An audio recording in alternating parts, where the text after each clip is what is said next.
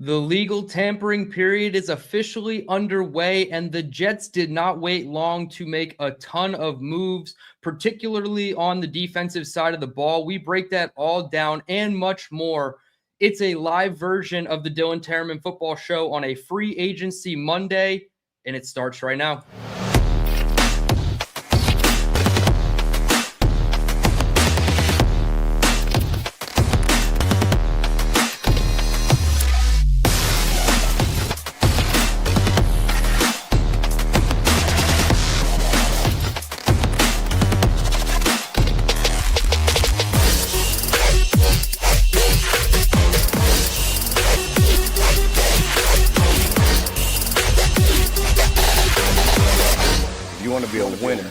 Not only have to understand how to win, but to understand how to consistently win. What's going on, everyone, and welcome into another episode of the show. It is Free Agency Monday, the legal tampering period, or we might as well just call it the tampering period because there's nothing legal about it.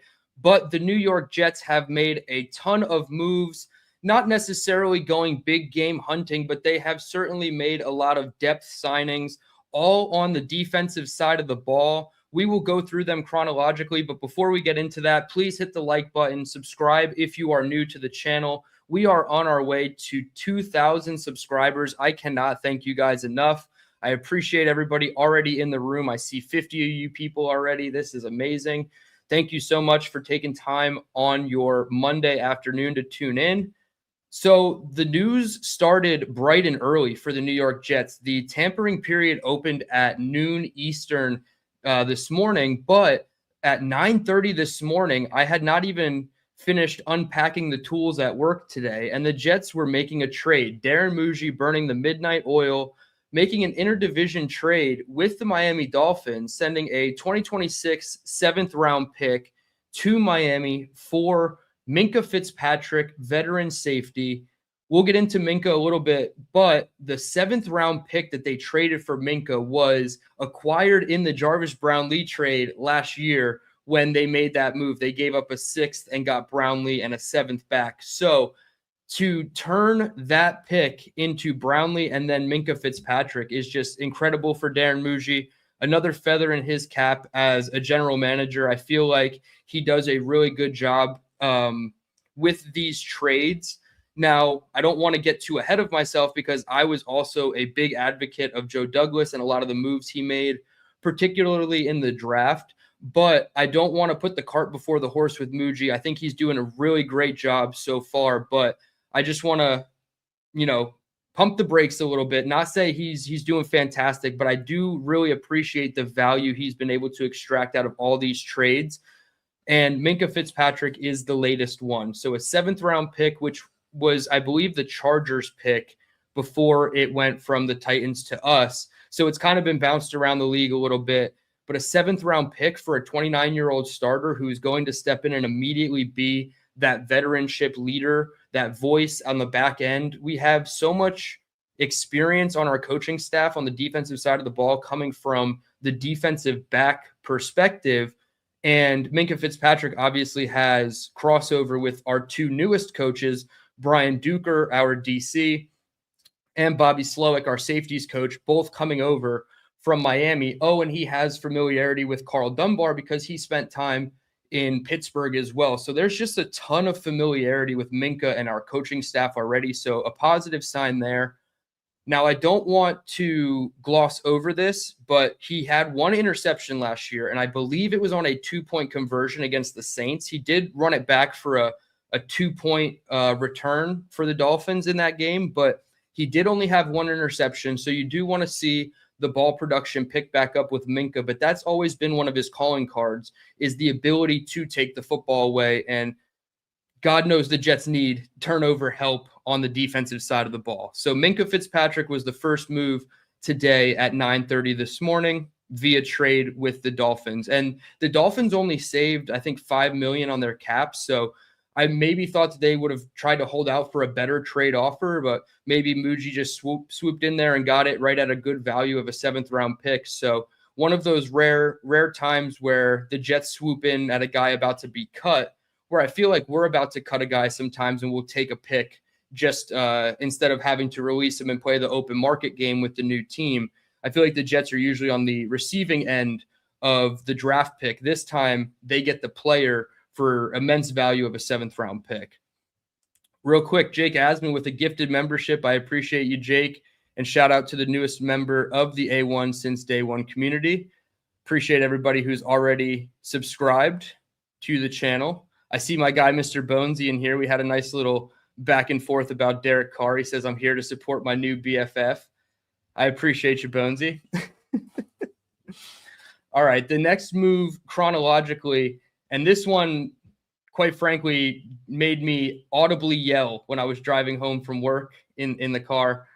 Demario Davis, linebacker from the Saints, and I understand. He's 37 years old. People are going to say the Jets don't need to be going with these over-the-hill veterans. I will say in the case of Demario Davis, the argument people were making was we should go get Anzalone because he's 5 years younger. I think Demario Davis at 37 is actually better than Alex Anzalone at 32 years old. And the money difference wasn't too much. I know Anzalone signed with the Bucs 2 for 17, I believe, whereas Demario Davis was 2 for 22 with the Jets. And we'll see what the cap numbers look like ultimately for each player. Shout out to you, Peg and Artie, in the chat. But I think Demario Davis, to me, is the better choice of the 2 linebacker options. He has familiarity with the team, of course. It's his 3rd stint here with the Jets. They signed him in 2012 as a 3rd-round pick. They cut him, traded Calvin Pryor straight up for Demario Davis to get him back, and then let him go in free agency a 2nd time. So the Jets hopefully right the wrong a 2nd time, a 3rd time over, and they bring Demario Davis back. The cool thing about Demario is he's 37, so people, again, they're going to say he's over the hill, he's unreliable. He's played over 1,000 snaps since 2017. He left the Jets the 2nd time in 2016, and he played like 950 snaps. But ever since then, he's played 1,000 or more snaps, which means he is a full-time, fully available player as the 2nd-level defender in what is known as the glue of Aaron Glenn's defense. So over 1,000 snaps since 2017. Completely available all the time. He still plays at a high level, rarely misses tackles. The one thing I will say is the analytics stats on him in coverage were not great in this past season. He let up about, I think it was like a 98.4% completion percentage when he was the nearest defender. So perhaps he's just dropping back into zones and he's just the nearest guy to the ball and it's not necessarily his fault, but you don't want it to be up in that high 90s percentage against him because that means people can have their way passing against him. But I do think this is the first of a few moves at the linebacker position, whether it's Jamie Sherwood possibly being traded away, whether it's another 2nd or 3rd level linebacker veteran addition, or if it's a rookie incoming in like the 2nd round-ish of the 2026 draft to pair with Demario Davis. So you can also, make the case that Arvell Reese at 2 in certain packages, you don't have to take him off the field and he's your linebacker next to Demario Davis. And with the other additions we've made up front, you can use Reese in a way more interchangeable role. So I really like Demario Davis. Crossover with Glenn. Glenn had a ton of great words to say about Demario Davis when they were going into that Saints game this past season when he was I forget what week it was, but it was like week 14 or 15. The Jets were playing against the Saints, and he was asked specifically about Demario Davis, and he just had nothing but good things to say. Eric Allen of the Jets social team, he put out the full quote. He said, quote, "He is probably one of the best leaders that I've ever been around. Emotionally, there are a number of things I can say about that player because of how he carries himself. He's a man of faith. I think he's 37 years old playing that position. Man, you hardly ever see that. So nothing but respect for him. I love the player, and I love what he brings to the table." So AG putting his money where his mouth is, going to get a guy that he has familiarity with. I like that he's tapping into his crossover with players from New Orleans as opposed to only going with the Detroit Lions connections, right? So I think it's interesting that he is tapping into that one. And there's another guy that their most recent signing, technically, that we'll get to in chronological order here, but he has two former Saints players that have a ton of respect for him, that have mutual respect for each other, that I think are going to really help this front seven of the defense. The next signing that I saw was edge Joseph Ossai from the Cincinnati Bengals, and I have a graphic here that we'll throw up on the screen. So the left side of the screen is the contracts of Jets players that have gone on to new teams, and the right side is either re-signed players that we heard about last week or the new signings of today's free agency period. So left side of the graph is John Simpson. He went to the Ravens, 3 years, $30 million with $20 million guaranteed. Nick Folk, 2 years. We don't know the terms of how much money over that 2-year deal. I heard rumors of $9.5 million. And then on the right side, the Jets last week, they tendered Juwan Briggs and Marcelino McCrary-Ball. They re-signed Jelani Woods, and we don't know the contract details there yet. And then the 5 additions that we are getting to right now. So the next one is Joseph Ossai, edge from the Cincinnati Bengals. 3 years, $36 million deal, $22.5 million fully guaranteed. 6'4", 263 pounds, so a much larger edge rusher. This is more of the body type, even like a little heavier than a Jermaine Johnson, a little bit bigger too at 6'4". We got to remember, Will McDonald is 230, 237, 240 pounds at most, maybe 242, 243. So they're really prioritizing a larger body type on the defensive line at 6'4", 263 with Joseph Ossai, former third-round pick out of Texas, 26 years old. 43 pressures last year and 21 stops, and they count a stop on PFF as it resulted in an offensive failure. So it could be, like a TFL or a blown up play on like a screen or something like that, where they consider that all encompassing as a stop if you make the offense fail on a play. So 43 pressures, 21 stops, 5 sacks this past season. He also had 5 sacks in 2024. Like I mentioned, he's only 26 years old. So I do think that this is a player that they can see. And again, he got like a Brandon Stevens level contract. So I wouldn't say he's outright the starter, but he's definitely a big part of this rotation, right? Coming into today, all we had was Will McDonald on the edge in this, we'll just call it a 3-4 base defense. We only had Will McDonald on the edge. Now you add in Joseph Ossai. He's penciled in as the starter, but I don't think full term. I think it's going to be more of a 3, possibly 4-man rotation when we get into the season. So I like what Ossai brings, still young with some upside, definitely more of your pass rush style edge.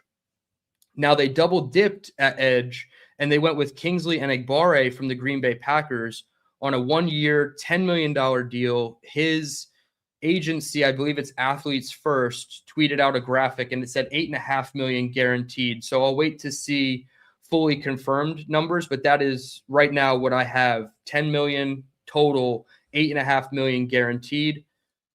Again, like Joseph Ossai, 6'4", 258 pounds. So over 255 for both of their new edge rushers. So my thinking, guys, is sorry, Indy Jets, if you're in the chat, but Michael Clemens is probably gone, right? Michael Clemens was playing at like 272.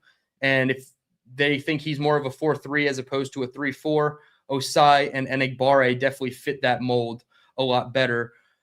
So 6'4", 258, a former 5th-round pick out of South Carolina, go Gamecocks. Again, 26 years old, so him and Ossai are on the younger side of their free agency dips. I know they had another older one coming up in a minute to add with Demario. So you had 2 over 33-year-olds and then 2 under 26-year-olds or under 27-year-olds. So you're really rounding it out with both veterans and still young ascending players who could get a second contract with the Jets. Obviously, we'll see what happens. But Enagbare, 1-year deal, 11.5 sacks over the last 4 seasons with the Packers, played over 2,000 snaps. So it was like pretty average. Like he was one of the most consistent, in terms of like snaps played and production based on snaps.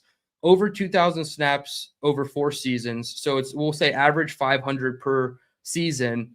So consistent with his pass rush floor. The last 4 seasons, 25, 27, 26, and then 25 pressures. So the most consistent pass rush floor with him, 2 sacks, 3 sacks, 5 sacks, and then 3 sacks in 2025. So again, a consistent production base getting to the quarterback, but he also plays super well against the run. I want to say he graded out as like a top 12, maybe even top 10 defender against the run on PFF's metrics. So Kingsley Enagbare is definitely going to be a set the edge, play against the run type of edge defender, whereas Ossai is probably leaning more pass rush, but can definitely hold up against the run. And now Will McDonald is probably your rotational player on, situational third downs when the Jets have a lead. The role that they envisioned him being under Saleh, hopefully, they thought it was going to happen in the last year of Saleh and the first year of AG, just based on game script alone. They didn't think they were going to be down 21 points in the first quarter or early in the second quarter, where the game was pretty much non-competitive before halftime, and they can't pin their ears back and go after the quarterback, which is Will McDonald's, his skill set. So to me, I think they've rounded out the room stylistically with more body types that they prefer in their defensive front. And that's not to say you can't play 4-man fronts either, right? So you have Tavondre Sweat, who's more of like a run player, we'll call him. So if you take him off the field, you can still have a Briggs, a Phillips, and Enagbare and Ossai as your front four and still feel pretty good about holding up against either the run or the pass. So I really like what they've done on the edge, double dipping. If you watched my mock off season, I think it was about a week and a half ago at this point, I put out a mock off season. I had 11 different defenders that I added via free agency or trade. And I think it's really important to note that they weren't splash signings, right? I did have Kwity Paye, and he got 16 mil per season from the Las Vegas Raiders, who we thought the Jets had to pay a Jets tax. The Raiders are certainly paying a Las Vegas Raiders tax. I understand they have the first overall pick. They're going to get Fernando Mendoza. He could be their franchise savior, but $9 or $10 million over the largest AAV at center for Tyler Linderbaum, and then you pay $16 million for Kwity Paye. I'm glad the Jets were not in the market for Kwity Paye at 16 mil per when they can get Ossai for 12 and Enagbare for what looks like 8 to maybe 9 million on one season. So I'd rather get 2 for the price of, 1.25 with Kwity Paye, and it was over 4 seasons as well. So they've paid him.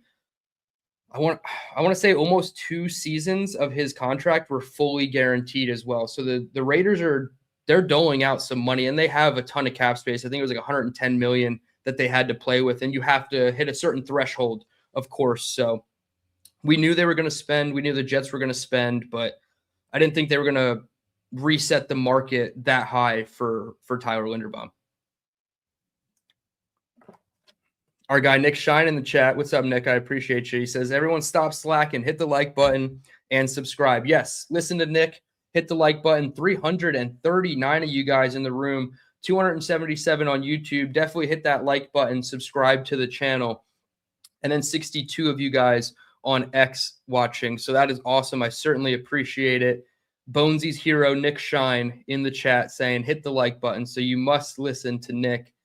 Go check out him and Gunny last night on the Nick Shine show. That was a pretty fun episode. I love hearing you guys chop it up.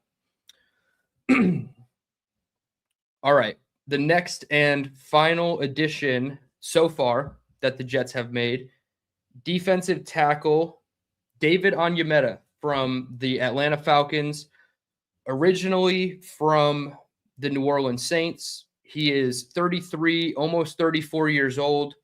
6'4", 300 pounds. Familiarity with AG from the Saints. There's a clip out there, and I'll post the link down below, or I'll try to find it on Twitter as we're going through this. But there's an exchange between Aaron Glenn and David Onyemata after the Jets-Falcons game.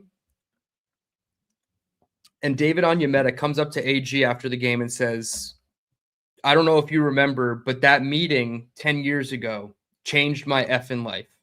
And Aaron Glenn, obviously they're hugging, they're embracing. It was super cool. AG was super appreciative of it. And I thought it was really telling because a lot of times people don't like to give AG the benefit of the doubt that players want to play for him and actually like play really hard for AG.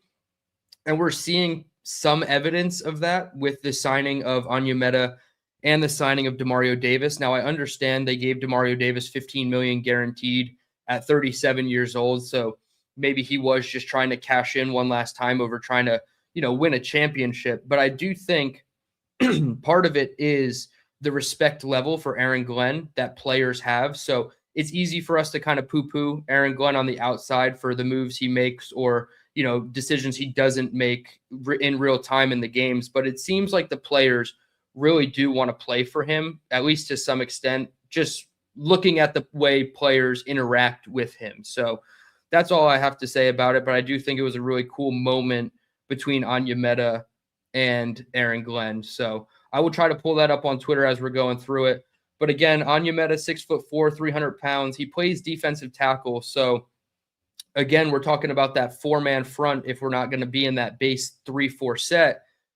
Before I didn't outline Onyemata because we hadn't talked about him, but you can put Enagbare, Onyemata, Briggs, and Will McDonald on the field at one time. And like you can get really creative now. You have 4 solid options at defensive tackle in Phillips, Briggs, Sweat, and Onyemata. And then you have 3, potentially 4 good edge options in McDonald, Enagbare, Ossai, and predictively Arvell Reese, or if it's David Bailey, or if it's Ruben Bain, right? So whoever that 4th edge is, it's probably going to be the number 2 overall pick. But now you have 8 solid defensive linemen.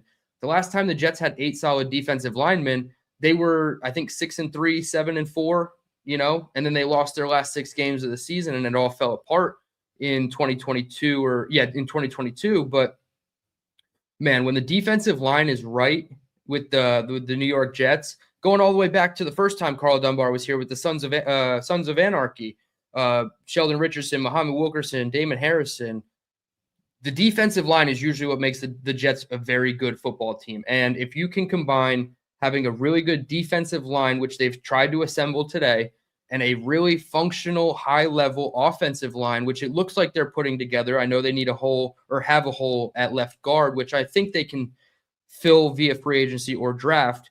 If you're better than all your teams in the trenches that you're going up against, you greatly increase the chances of your team winning, even if the rest of the talent around you, even like quarterback and stuff, is not as high as the other team. The trenches really raise the floor of your team's abilities so much. And then you have ceiling raising players, like the Breece Halls of the world. But yeah, if you get your offensive line right, your defensive line right, I'm really impressed with how they've kind of attacked quantity over quality. And I'm not saying these guys are bad quality players. They're getting them on good value contracts. You can argue Enagbare for his production may not be worth $8.5 million or a 1-year, $10 million guarantee. But all in all, you're paying 3 for 36 for Ossai, 2 for 22 for Davis. And really, the Joseph Ossai contract is 2 for 22, and they have an out after 2027. So it's not like they're locked in for 3 years with all this money. I'm pretty sure it's easily expendable. You would save $11 million. I haven't seen the full confirmed cap numbers, but the early numbers look like it's a 2 for 22 fully guaranteed. And then the 3rd year, they either have to change things up with the cap with him to keep him, or he has a really high cap number and no guarantees, which players don't play when there's not a ton of guarantees on their contract. They would rather have guarantees up front and less, on the back end. If I had to guess from a player perspective, you want guarantees in this league because the only thing that is guaranteed in the NFL is that there are no guarantees. 290 of you guys in the room. I really appreciate it. 360 of you total over X and YouTube combined. Hit the like button. Subscribe if you are new. We do have a $5 super chat from Al Gonzalez. He says, does this mean we go offense heavy in the draft? Hope so. We need playmakers with these picks. I'm going to combine that with another chat that I saw a couple people of you ask me about. I think they go heavy offense in the draft. I think 2 is still going to be an edge rusher, right? Arvell, David Bailey, Ruben Bain, whoever you want there. Pick your flavor. I think it's going to be Arvell Reese if I just had to bet money on it today. But I do think they go defense at 2 and then 16, 33, 44. I can see all 3 or at least 2 of those being on the offensive side of the ball. Obviously, we don't know who the quarterback is. There's a lot of signs like it's going to be Geno Smith, quite frankly, for the Jets. Maybe not as the starter outright, but as one of the options in the fold. So you could go Ty Simpson at 16. Obviously, a lot of people want to wait till 33. I don't think you're going to get that lucky. If I just had to guess, I think he's going to be gone somewhere between 16 and 33, if not possibly before 16. I think the Dolphins taking Malik Willis was huge at 11. I don't think the Cardinals at 3 are going to make that move for Ty Simpson. They have Jacoby Brissett, and then they just signed Gardner Minshew with the plan is Gardner to back up Jacoby. So unless they want to add Ty Simpson to that mix and just let him be the quarterback 3 until he's obviously better than Gardner Minshew in practice and he can be the backup. So the dominoes for the quarterback landing spots for Ty Simpson in the draft are kind of closing in a way that is helpful for the Jets if they want him there at 16.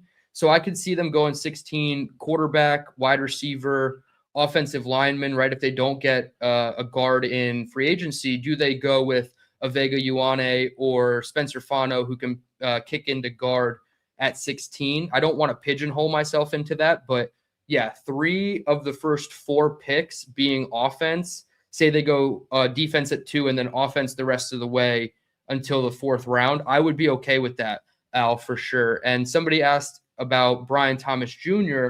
I would peel off 44 for Brian Thomas Jr. if the Jacksonville Jaguars gave us something back in return. I don't think a 2 straight up for Brian Thomas Jr. is likely to be a reasonable deal from a Jets perspective anymore. And I know I floated that out there as something I would do.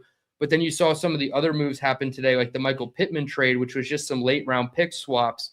And I don't think the market for trading for a wide receiver is as high as I was anticipating with that just straight 44 pick. So if they can give you like a 4th or a 5th round pick back and you give up 44 and get Brian Thomas Jr., I am so okay with that. I know the wide receiver position is pretty loaded in the draft, and you can get a Jeremy Bernard or a KC Concepcion if he falls into the 2nd round. Denzel Boston also. Obviously, if they go with one of the top 3 names, Tate, Lemon, or Tyson, like there's a lot of options at wide receiver, but I do think Brian Thomas Jr. would be one of those splash signings where you still have 3 years of contractual obligation with him because you're going to pick up his 5th year option, right? That would be the same year as, is it Will McDonald's year? No, it's the year after. So he has one more season that he'll play with the Jets, say he is traded. He'll play 2026 with the Jets. They'll have to decide his 5th year option going into 27. And then they obviously have him for 27. And if they pick up the option for 28. So you have him on 3 years of a cost control. And not Denzel, Garrett's contract doesn't even kick in for another, I think, 1.5 years at this point anyway, until that extension kicks in for him. So if you're paying Brian Thomas Jr. and Garrett Wilson a combined $50 million in 2028, that's fine. To me, the cap is only going to go up. It went up $20 million alone this season. I think that's well reasonable. You don't have to pay your tackles yet. We'll see what happens, but you are assuming they have a quarterback on a rookie deal as well. I think it's worth taking the swing if it's 44 and you can get a pick back or something like that. If you work out good terms, and again, that seems to be Muji's forte, is finding that that little in with a trade and trying to tweak it to his benefit a little bit, like trying to squeeze the Colts for AD Mitchell, right? And the domino effect of their wide receiver room has been kind of weird. It's like they signed Alec Pierce to $29 million. Now they had to trade Michael Pittman away. So their wide receiver room has completely changed, starting with the trade of AD Mitchell. But yeah, I'm all for offense.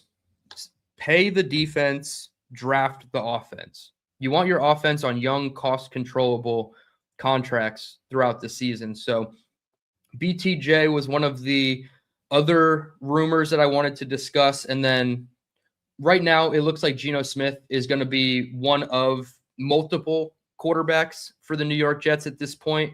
I mentioned Jacoby Brissett. Looks like he's staying in Arizona, and it looks like Gardner Minshew is going to be his backup. It doesn't look like the Jimmy G, Mike LaFleur reunion from LA is going to be happening. We can still watch for that, though, because if Jimmy G somehow ends up in Arizona and it's Jimmy G and Gardner Minshew, Jacoby Brissett becomes expendable. Can the Jets swoop in with a 4th or 5th round pick and get Jacoby?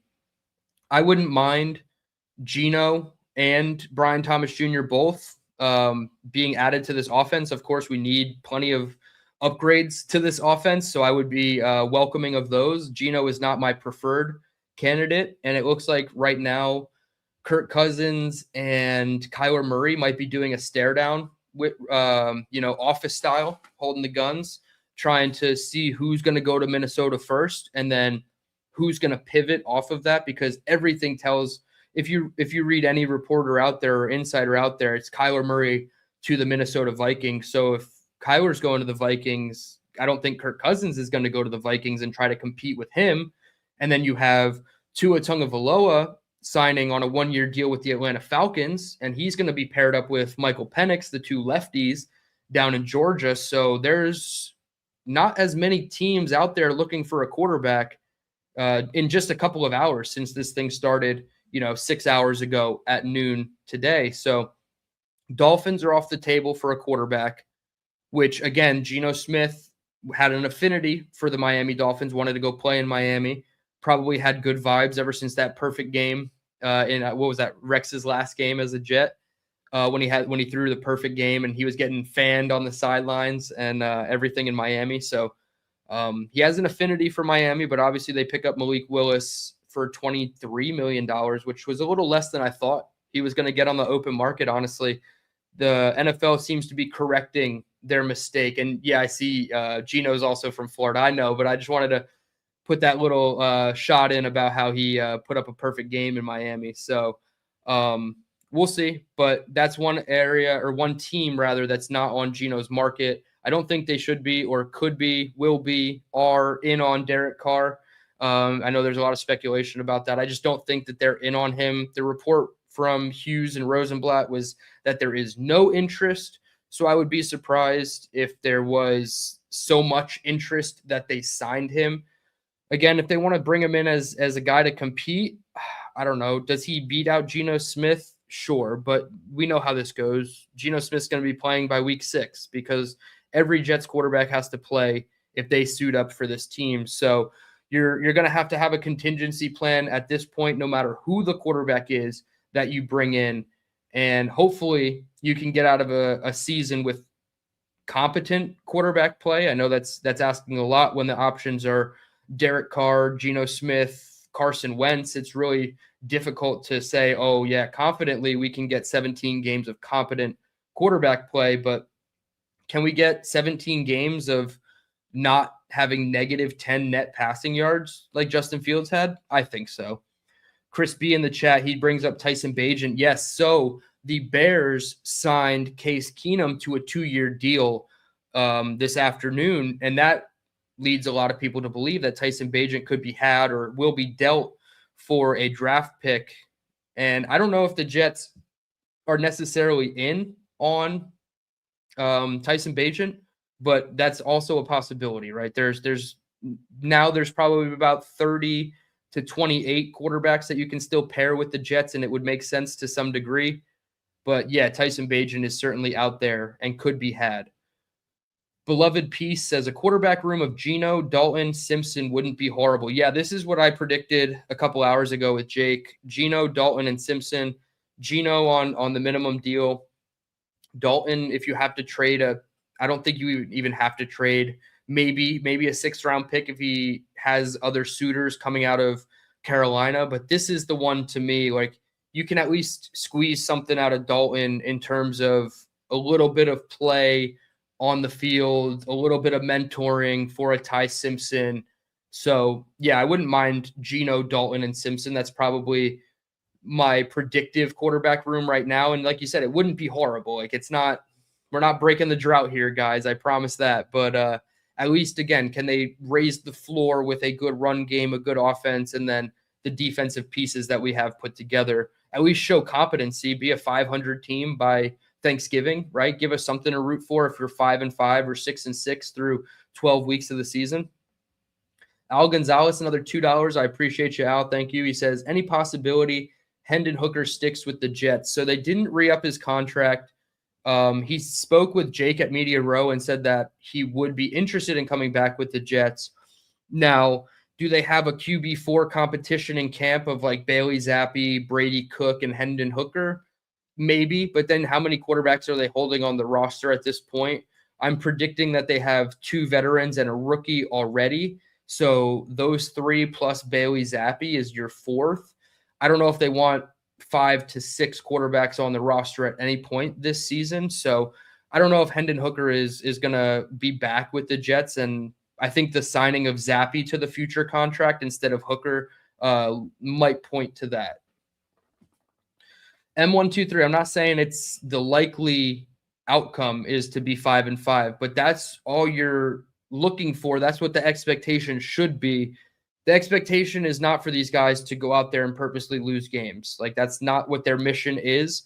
I know fans will think that's really crappy and them doing a bad job, but their job is to win football games. So realistically, 5-5 is an expectation that shouldn't be, laughed at, right? For the Jets, it seems like a distant miracle, and maybe we'll get towards the season and it's probably true that it is a distant miracle, but I don't think having that expectation should be, I don't think that's laughable, right? Let's see what else we got in the chat. I appreciate you guys. 400 of you guys in the room. Wow, I really appreciate it. This might be one of our most active streams. You guys are obviously the best, tuning into all of the free agency content coming out today across all of the content creation platforms here for the Jets. I am one of the smaller ones, so having 400 of you guys in the room certainly means a lot. I really appreciate it.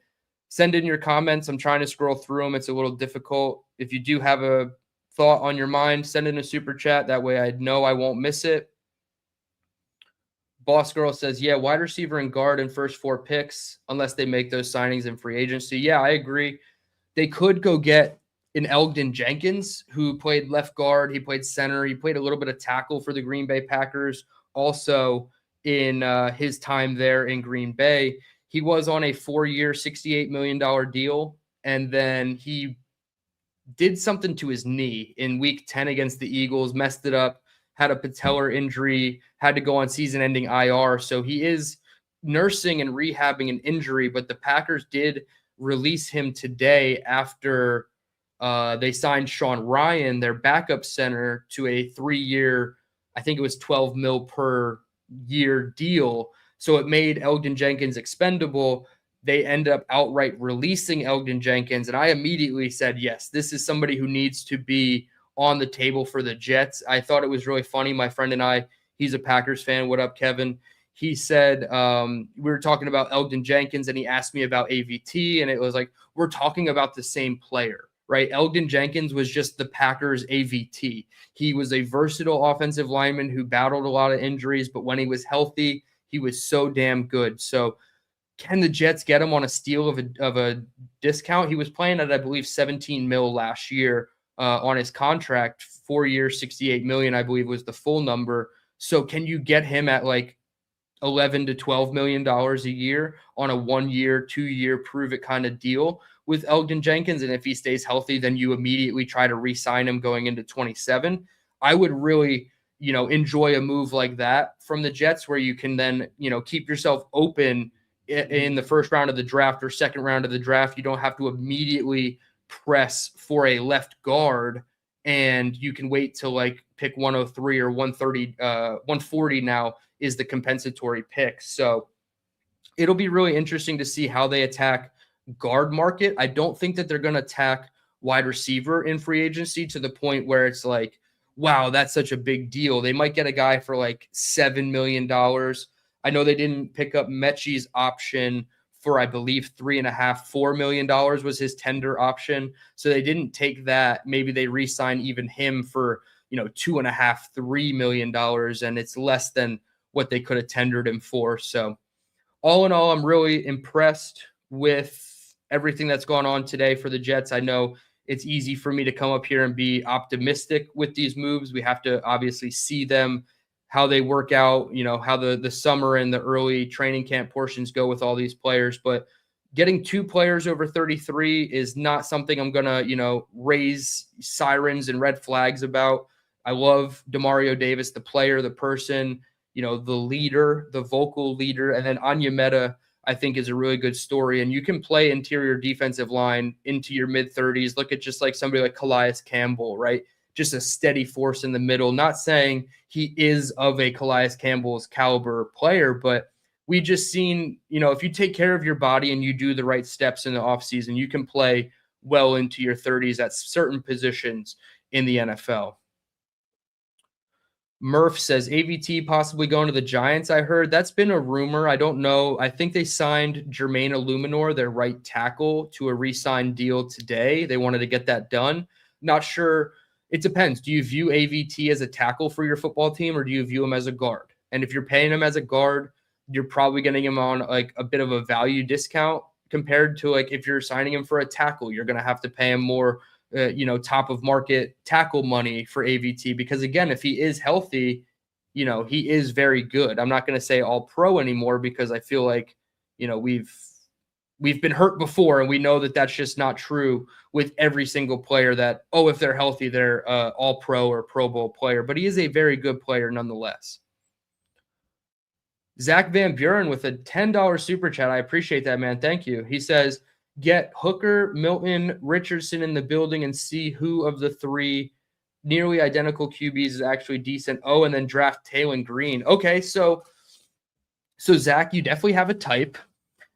Strong arm, can give you a little bit of juice with his legs, style of passer, and that's completely fine.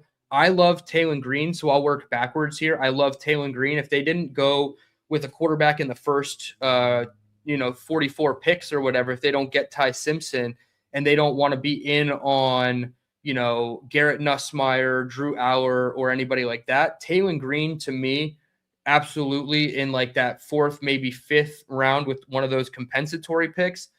I thought he was really fun at the Senior Bowl when we saw him in person. I saw multiple Jets coaches, executives, staff members talking to him one-on-one at the Senior Bowl. So they certainly have interest in Green. And yeah, I mean, you get bonus points because your name is Green. You're going to be wearing green, but there is a little bit of issues in the tape. But again, you're not planning on being the backup. So QB3 for Taylor Green is fine. Anthony Richardson, I'm a little bit weary of. He has injury problems, and I just don't know if I like the vibes around Anthony Richardson. I don't know. Are they going to cut him? You'd have to trade for him. Like, what is the compensation you're giving up for Anthony Richardson? The Colts have quarterback issues of their own that they have to solve right now. So maybe they need Anthony Richardson. Hooker, we talked about a little bit before. I don't think he'll be back, but I wouldn't be mad at a competition between him and Cook or Bailey and Hooker, whatever. And then Joe Milton, I wasn't a huge fan of him, so I'm not trying to like poo-poo all over all of these quarterbacks. If Joe Milton was, Joe Milton and Geno Smith, and it's a competition, but they want to lean Geno, and then they get Joe Milton some reps in August, and they see what he can do, and they have, 6 games that they need to get out of Joe Milton. Yeah, I think that that's absolutely fine. Again, I don't know if you have to trade for him. So it is tough with those quarterbacks specifically, but I do like that you have a style of quarterback that you prefer and you're sticking to it. And I appreciate the $10 super chat. Thank you so much. Rob Daniels says, any word on the Brian Thomas situation? So I'll say this. I've known about the Brian Thomas stuff for a couple weeks now, that there's teams poking around with the Jaguars. And then I know Hughes reported it today. Samini had a tweet about it today. There's no imminent deal done with the Jets and Brian Thomas Jr., but where there's smoke, there's fire. So I still think it's a strong possibility that something could get done. I don't have an update in terms of it's solidified. My only guess is that maybe it's just hang up on compensation. But I know that they tried at the deadline. The Giants and the Jets have been poking around Brian Thomas Jr. for quite some time. So we will see with that. But I would be all for Brian Thomas. And not sure if I've seen you in the chat before, Rob, but I appreciate you tuning in. Jenner G, what's up, man? I appreciate you hopping in here. You have a Asmaniac matchup coming up soon, right? Jake, you tell the folks. You absolutely tell the folks. Do I sound soft? Do I not sound good? Do I sound better? You guys let me know if the quality is bad. But I do speak softly. I feel like if I get ahead of myself, like, I don't know. I've been criticized a couple of times for the way that I talk. I don't show enough emotion. Bo Cephas says, DT rocks. I appreciate you. Thank you so much for tuning in. 423 of you guys in the room. Hit the like button. Subscribe if you are new to the channel. We are on the road to 2,000 subs. We will be doing some kind of cool giveaway. Once we hit 1,800 subs, I will start putting feelers out to the people in the chat during the streams, asking what specifically you would be interested in terms of a raffle giveaway based on the interest that we receive and how many people we have on our live streams leading up to getting that 2,000 threshold. Obviously, we'll be able to determine how big the prize can be. So I'm definitely going to be asking you guys for your opinions and your preferences on what you guys want in terms of a raffle giveaway, whether it's a current player, a former player. I know we have a lot of new players coming in. I know this sounds like silly, but for me personally, like I would love a Demario Davis signed jersey raffle giveaway or a Demario Davis mini helmet. Like he was just one of my favorite players in general, not even for the Jets, but like I followed him, you know, when he went to New Orleans, when he went to Cleveland for that little bit. I've never unfollowed him on social media. I've just always tried to, you know, follow his career. He was somebody that I always appreciated. So little things like that, if you guys have like personal preferences. Nick Shine says Nakobe Dean to the Raiders. Ooh, that's a good one. It's probably a crazy deal. Let me refresh. Yeah, 3 for 36, 20 million guaranteed for Nakobe Dean. And they're signing Quay Walker. Wow. Okay. So the Raiders are spending big on the linebacker position. They don't have numbers on Quay Walker for the Raiders. They also signed pass rusher Malcolm Kuntz to a one-year deal. So they are loading up on the defensive side of the ball, much like the Jets have done. Thank you, Nick, for that shout out there. Nakobe Dean was a fun player. Felt bad that he got hurt in Alabama. Leo's dog says, don't need giveaways, just do your thing. I appreciate it. I'm not going to make giveaways a regular thing, but 2,000 was a threshold for me that I was really excited to get. 1,000 I was obviously really excited to get for, you know, monetization purposes and, you know, having that first comma in your subscribers. But 2,000 was the number where I said, you know what, if I can prove to myself, especially in the first year, that 2,000 people want to subscribe and listen to my takes about this godforsaken football team, I would at least want to give back to you guys. So I can't always do the giveaways, but I will certainly be doing at least that one when we get to 20,000. So not going to be a regular thing. And I appreciate you always, Leo. I see you in here a lot. Nick Shine. Yeah. So I was in high school when we signed Demario Davis, or when we drafted Demario, rather, in the third round, 2012. I was a junior in high school. I probably hated life, if I'm being honest. When I was a junior, I did not like school. The last 2 years of high school were kind of brutal. I couldn't wait to get out. But yeah, Demario Davis was my favorite player since junior year of high school.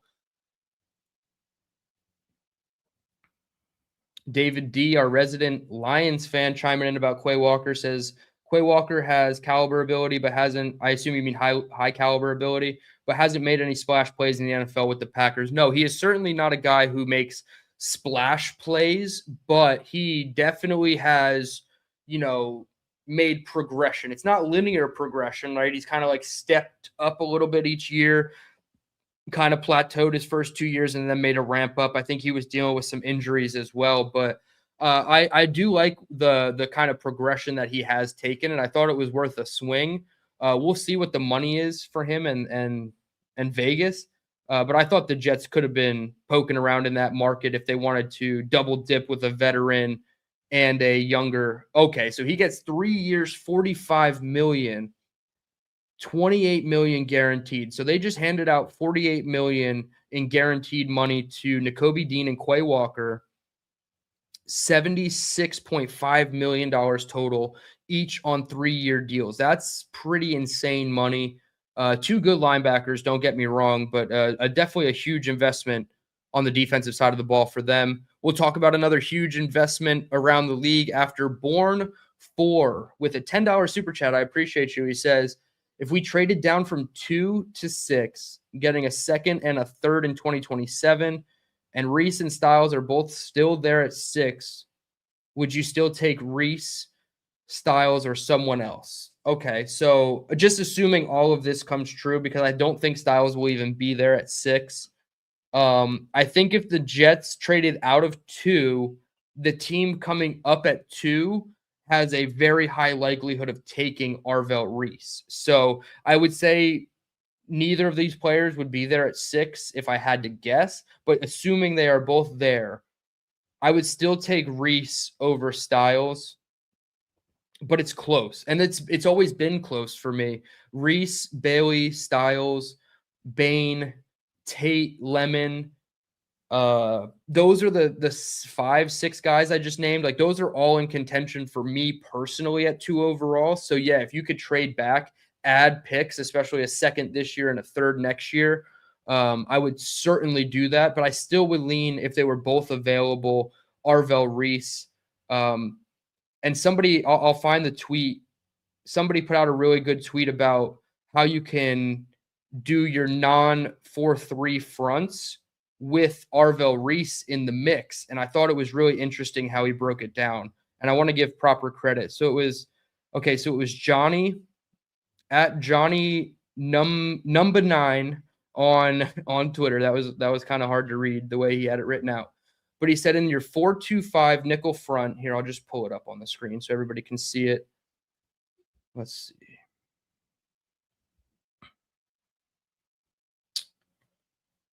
All right, here we go. So Johnny says in the nickel 4-2-5, you could have McDonald, Briggs, Onyemata, and Ossai as your 4 down. And then you can have Davis and Reese as your Mike and Will backers. And then he has the 3-3-5 Penny, which is McDonald, Onyemata, or Briggs, Sweat, Ossai, or Kingsley. Again, we have depth. We have rotational pieces. We have options. And then it's Reese and Davis as your Joker and your Mike. So he sees more of a off-ball hybrid-y role for Arvell Reese than I do. I personally would like to see him more as a full-time edge and then mix in off-ball linebacker duties later. But I can see this being a situation where he and Davis are your Mike and Will backer, and then you have 4, if not 5, down in front, right? So I do think the Jets, like they said, they want to be 3-4 with principles of 4-3, and they've given themselves a ton of flexibility to do that so far today. And Born, thank you so much for the super chat. I really appreciate it. But yeah, I lean Arvell slightly over Styles because he gives you that edge rush capabilities. But Styles, I mean, his talent is undeniable. If that was the pick, I could never come on here and give a live reaction and be mad about Sonny Styles. Jet Jaro says Sadiq at 16. I don't know if they feel that strongly about taking a tight end and, pigeonholing themselves into 12 personnel. But you can convince me that if the board falls in a way where it's Sadiq versus Denzel Boston, that I would take Kenyon Sadiq for sure. Boss Girl says, DT, why would you guess that out of teams with lots of cap space, the Jets are being so much more measured compared to Titans and Raiders? So they all have to spend a certain percentage of their available cap space, or else they aren't cap compliant for next season. So there are like weird issues with like you have to spend money. The Raiders had 110 million, and I believe the Jets had 75 coming into today. So a $35 million difference. Now, when you're talking about the Titans, I don't know why the Titans are spending like they are. Now, I'm not, going to crap all over every move that they've made, but the running joke right now is let's take the players from the bad Jets and the bad Giants teams that Daboll and Saleh oversaw over the last couple seasons, transform them or transfusion them into the Tennessee Titans of 2026, and somehow the product is going to be better. So the Titans handed out $141 million in total money to just Wan'Dale Robinson and John Franklin Myers. So one player from Daboll, one player from Saleh, and they stood on the table and showed their whole ass for those two players. I mean, I'm happy for JFM getting the bag. The Jets kind of did him dirty when he went to Denver and didn't offer him anything near what Denver did on such a discount deal. So happy for them, but it's really tough. It's really tough to see them spending that much money. And I don't know. I mean, the Jets are just measured. It feels like they're operating like adults. They're adding adults to the room. Not saying that the Raiders and Titans are acting poorly in free agency, but there's a reason why teams have so much to spend and they have so much, cap space to dole out because they just have made wrong decisions before.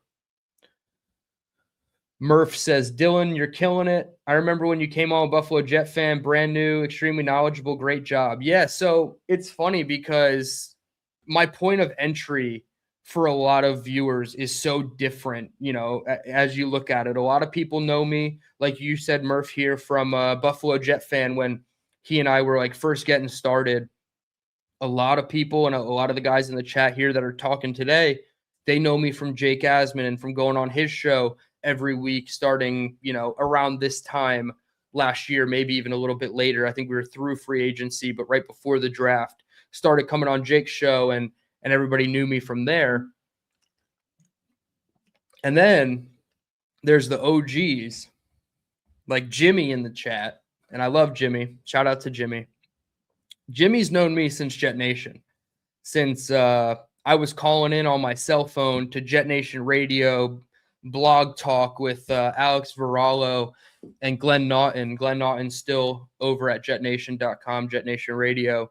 But that was 2020. I started calling in to Jet Nation, becoming a rotational guest.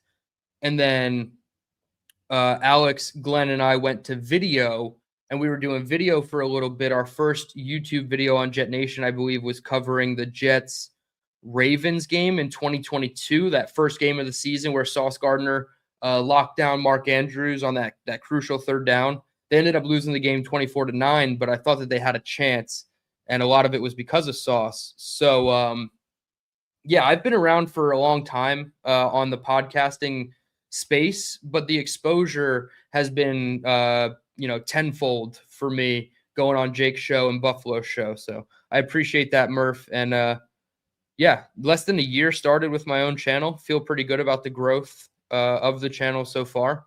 And I appreciate whenever you've started to consume my content, I appreciate all you guys for being here. David D says, what do you estimate how much cap space was spent today for 2026 for the Jets? So I can't tell you the exact cap space because those cap numbers are going to be way lower than what the numbers are. So like we'll just use Demario Davis, 2 years, 22 million, 15 million guaranteed. I would assume, it's probably a 2-year. It's not a 1-year deal. It's definitely a 2-year deal with some guarantees into 2027, but his cap hits might be like $5, $6, $7 million per season. So the total numbers are going to be inflated, but the cap numbers, which we'll find out in a couple days, are going to be a lot lower. So, okay, 22 total to Davis, 40 to Minka, so 62 total million, 36, to Ossai is 98 million, 10, 108 million, 10, $118 million in total money. Your average annual deal is $12 million at the most. I would even say Joseph Ossai's cap number is less than $10 million. So maybe they've spent around $30 million on the cap today just for 2026, if I just had to guess. But that's such a bit of a hard question, David, without seeing the full contracts. Nick Shine, you know what I'm talking about. You know exactly what I'm talking about, Nick. Zach says, "You are the GOAT, DT. Thank you for everything." Nah, man, you guys are the awesome ones. You guys are the awesome ones. Dan Hollis spreading propaganda in the chat. I never said this. You can take the quotes down. I said Rap Devil equals kill shot, bar for bar.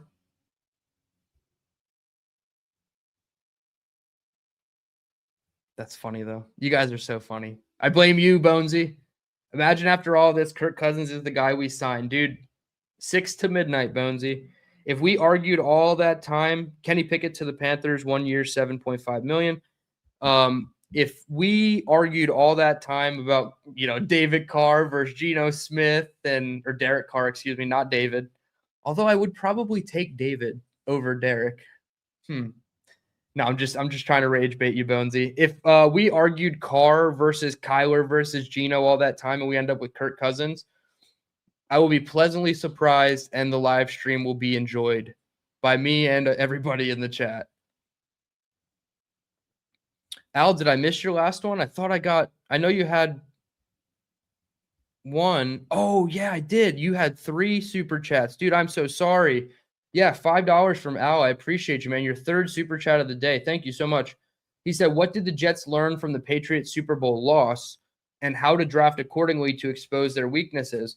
I think that they learned that the Patriots are susceptible in pass protection, right? Will Campbell and I think it was Jared Wilson was their left guard. I know they're doing a couple, O-line Tetris, and they're putting Jared Wilson at center, I believe now. So if anything, I think they learned that if they can add a solid pass rush rotation against the Patriots, you can get Drake May off his spot and he can look more like what he did against Seattle than what he did against, the Jets in that one matchup where I feel like he didn't throw an incomplete pass till the 4th quarter. So there's things to learn from both sides, right? The Seahawks defense was teaching split safeties, too high with a large front with a rotation of 6 to 8 guys, right? They didn't have any guys that had 10 plus sacks, but they had 8 guys with 6 sacks or 6 guys with 8 sacks. So they got the pass rush production in waves, and they played too high shell on the back end of that Seattle defense. So you can take concepts from the winning side and the losing side and implement them. But because you play the Patriots twice, load up on the defensive front and get after Drake May, and I think you'll have your best chance to win. And I don't know what moves the Patriots made outside of Draymond Jones earlier today, but that's not an offensive lineman. So I think they need to do some homework on the offensive line for sure. But sorry I missed your super chat, Al. Thank you so much. Johnny Boyd, Sherwood to the Titans for Will Levis. Are you doing it? Oh, boy. Oof.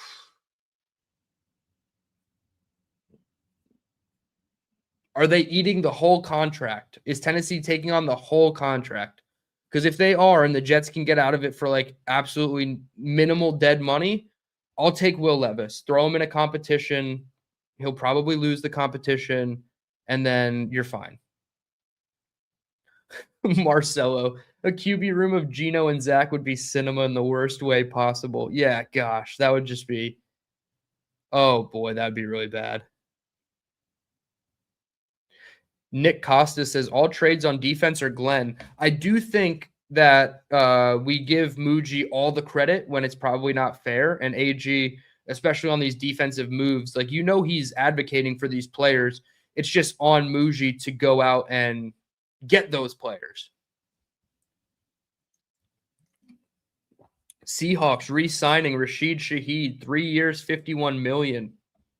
Okay, so Rashid Shaheed gets $17 million per season. It's a pretty solid market. It's not the top of the market, but $17 million is a pretty good number for him. Wandale got 19 or 19 and a half today, so Seattle gets to keep at least one of their free agents after winning the Super Bowl. 400 of you guys still in the room, 319 on YouTube. Please hit that like button, subscribe to the channel. We are approaching 1,800 while we are on our road to 2K subs. Going to check now and see what the official tally is at. Let's see here. 1798. We are 2 subscribers away from 1,800. So I'm going to take a couple more comments and then I'm going to circle back and refresh this page. Hopefully we are at the 1,800 threshold. Maybe a couple of you guys will build a second YouTube account and subscribe to support me. I appreciate it. 1798 we are at. Let's see. Lou B says, Dylan, has anything changed in our draft 2 to 44 today? No, I still think they should go edge at 2. They should be in on offense at 16, whether that's quarterback, quarterback, wide receiver, or interior offensive line. I don't love tight end at 16, but you can convince me. 33, you can go in a multitude of ways depending on who is still there at the end of the first round, right? Obviously, if Ty Simpson's there, that's the priority. If a safety falls, which I don't think DTereman or Emmanuel McNeil-Warren at this point are going to fall out of the first round, but I could see a safety like AJ Halsey at 33 or 44. I know Chris Johnson from San Diego State, the cornerback, has been a popular mock at 44 recently to the Jets. I don't know if they should attack corner depth that early. So, no, I don't think anything has greatly changed with these moves that they made today. I'll throw them back up on the screen. Linebacker Demario Davis, Joseph Ossai, the edge, Kingsley Enagbare, the edge, Minka, the safety, David Onyemata, the defensive tackle. I don't think anything really changes your plans because a lot of these guys are depth on 1 to 2 year deals. So appreciate the chat, but no, I don't think anything major changes. Johnny, if they eat the whole contract, yeah, I would do it. And I would just take Will Levis, and it's probably a contract where even if you cut him, in August, you're fine. He's not making the 53 on my football team, though. Do the Titans go Ruben Bain at 4? I would have said yes, but then they went out and got JFM, and I don't know if that's the role that they want to play Ruben Bain in. Now, obviously, they can go and get Ruben Bain as well. Then you have Bain, Jermaine, and that's merch right there for the Titans and all their weird content creators. But you have Bain, Jermaine, and JFM. Shoosh, that's crazy. There's a lot of ways that the Titans can go. They can go Jeremiah Love, the running back from Notre Dame. I can see that one as well. Jojo gifting 5 memberships to the chat. Jojo, thank you so much. I greatly appreciate you. You are one of my favorites. I don't play favorites, but Jojo is certainly one of them. Everyone who got a gifted membership, thank Jojo. I would have the YouTube feed up, but it significantly slows down my computer. So if you did get a membership, please shout out Jojo. And thank you so much for gifting 5 memberships. All right, we're going to refresh the page. 1805. We did it. Thank you guys so much. You guys are the greatest, the best chat ever on YouTube. I watch a lot of YouTube content in the football space, draft other teams, mock off seasons for, Giants or Eagles and things like that. There is no chat that is as active and as, engaged and knowledgeable as the Jets chats are. So this is a testament to you guys. You guys are awesome. You guys make doing all these streams a ton of fun. We're over the hour mark. I'm probably going to hang out for another 15 or so minutes to see if anything happens but did want to come on and talk about all the moves that have happened so far, some that could still happen. And we are not done with the gifted memberships. David D gifting 5 memberships to the channel, 5 new members of the A1 Since Day One community. Again, if you got a membership from either David or JoJo, please shout them out and say thank you. Consider gifting a membership back to the community as well. If you got one for free, I would really appreciate it. Jet Jaro, BTJ has some big time drop problems. In 2025, he did. He was there was some times where it looked like he was scared to go over the middle and catch a pass. I know he was a little bit banged up, so you have to wonder if the injury factored into that decision to play it more cautiously. It seemed like there was a disconnect between him and Liam Cohen in terms of his usage in the offense. They have other guys in the room that are role players. I think Parker Washington's emergence on the scene. You have Travis Hunter, who's going to be a full-time corner, part-time wide receiver. And then you have Jacoby Myers, who they traded and paid $20 million a season to. I think it was 3 for $60. They have 3 other mouths to feed, so it's really difficult to say for certain if BTJ is preferred, wanted, loved in that building, in that offense. So I would love to see the Jets at least inquire. But yeah, he definitely had some issues with the dropsies last year. Murph says, Dylan, do you have a favorite Jet? So are you asking on the current roster or of all time? I guess I'll answer both. My favorite current Jet is Garrett Wilson. I think it's an easy one. He's so easy to root for. He goes to bat for the team. Absolute dog. As soon as he stepped foot on the field in that Baltimore Ravens game and he broke 3 tackles on a 3rd and 9 and got to 3rd and inches, I knew he was going to be a good one for the Jets. They ended up punting on that 3rd and inches, which I thought was hilarious. But nonetheless, Garrett Wilson is my favorite current Jet. But I'll be completely honest, and this is going to sound weird, but Demario Davis is immediately back up in the top 3 at minimum. I'm not thinking of somebody specifically, but he's at least number 2 or 3, and that's not hyperbole. I think one of the easiest Jets to root for in my entire life is Demario Davis, so I like him a lot. Now, my favorite all-time Jet, I have to be a little biased. Curtis Martin, I would say is up there for all-time Jet. And I'm just going to use Jets in my lifetime because I've only ever watched highlights of the other guys. So I'll go Curtis Martin. Curtis is my middle name, so that's, bias there for Curtis. He's a running back, which is, I love offense. I love, the guys that score the touchdowns. My favorite number was 10. So when I got my 28 jersey, 2 + 8 is 10. I loved that.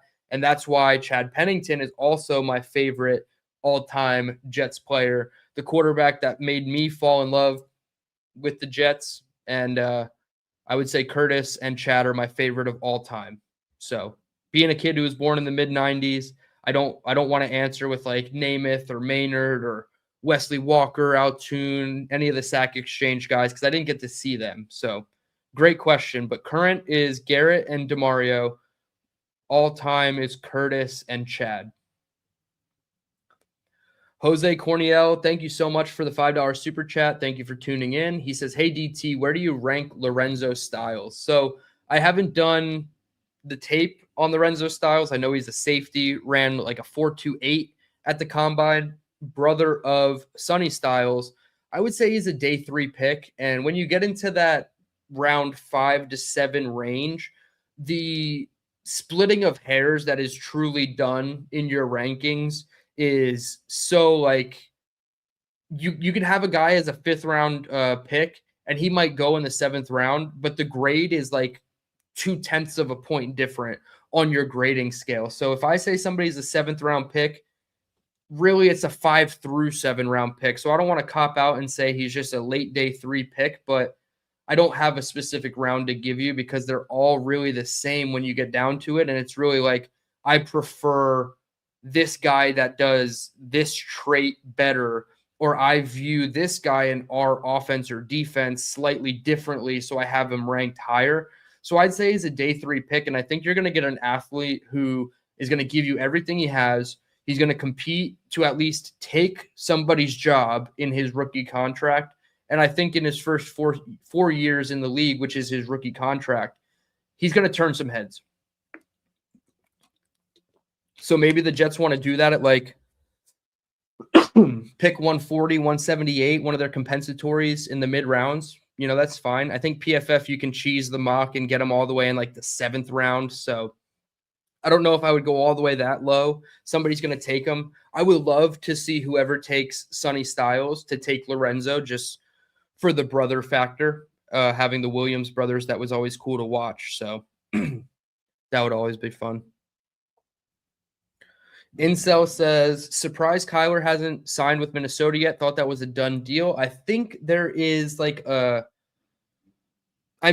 signed, and I thought it can't be official until Wednesday. So the Tua stuff is all like they've agreed to terms, but it's not going to be official. The same thing with Kirk, maybe with Geno, maybe with Kyler. So we might not know the answers right away. But yeah, it seemed like that was the foregone conclusion. Now, I will say we are in the midst of lying season, and you never know what the real rumors are versus the fake rumors in the days leading up to all these things. So we'll see what happens. But yeah, the longer Kyler and Kirk are on the market and the Jets don't do anything, you got to hope that the other guys aren't signing elsewhere and closing those avenues, because then if you get neither Kyler or Kirk, then you're really stuck doing the Carson Wentz thing, and nobody wants to do that. All right, my voice is going. We're at the 150 or hour and 15 mark. 300 of you guys still in the room. I really, really appreciate it. Thank you all for tuning in. I will be back tomorrow at some point, hopefully around the same hour, to continue going over some more moves that the Jets make. Maybe some offensive moves are coming tomorrow. So stay locked into the channel. Audio only. If you want to go and find this podcast on Apple, Spotify, Google Podcasts, Believe in Jets, BLEAV, you can find it there. And then tonight you will catch me on Buffalo Jet Fans channel at 8:30, going over all of the moves. Once again, chopping it up with Kev. So tune in, Buffalo Jet Fan on YouTube, 8:30 tonight. Appreciate everybody for tuning in. DT signing out saying, let's go Jets.